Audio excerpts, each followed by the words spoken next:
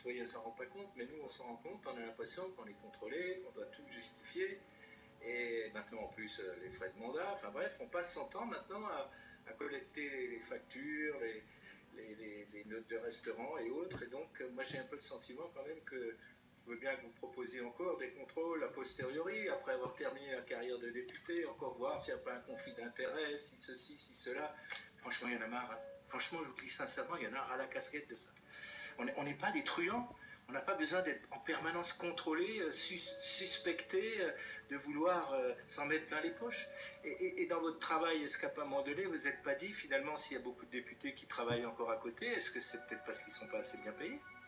Et que s'ils étaient un petit peu mieux payés, ils n'auraient peut-être pas besoin d'avoir encore une activité à côté. Alors on peut être passionné pour être médecin, on peut être passionné pour faire des cours à Sciences Po, ou à la fac de droit à Paris ou à Strasbourg, mais il y en a peut-être aussi qui se disent qu'avant ils gagnaient peut-être beaucoup plus, hein, parce qu'il y a des collègues là, surtout des petits nouveaux qui sont arrivés là, j'ai entendu qu'il y en a certains qui devaient manger des pâtes, parce qu'avant ils gagnaient 10 ou 15 000 euros, et que maintenant ils se retrouvent avec 5 000 et 300 euros, bien.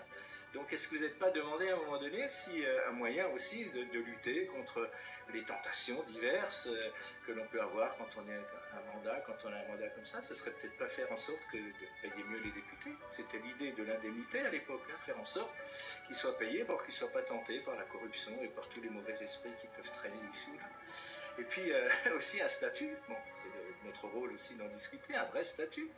De retrouver, comme c'est le cas en Allemagne, je crois, de retrouver après facilement une réinsertion dans la vie, peut-être privée, c'est difficile, comme vous l'avez dit, au bout de 5 ans.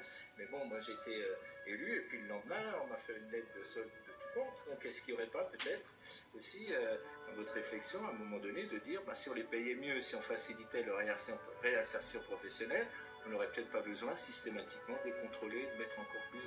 C'est pas une question, hein, c'est une réaction comme ça de type de base qui vit ça ou qui fait vivre les autres de ses tourments, mais moi j'ai le sentiment qu'on a déjà assez pas mal de contrôle, que c'est pas la peine d'en rajouter. Bon là je pense que ça se passe de commentaires. Jamais vu ça.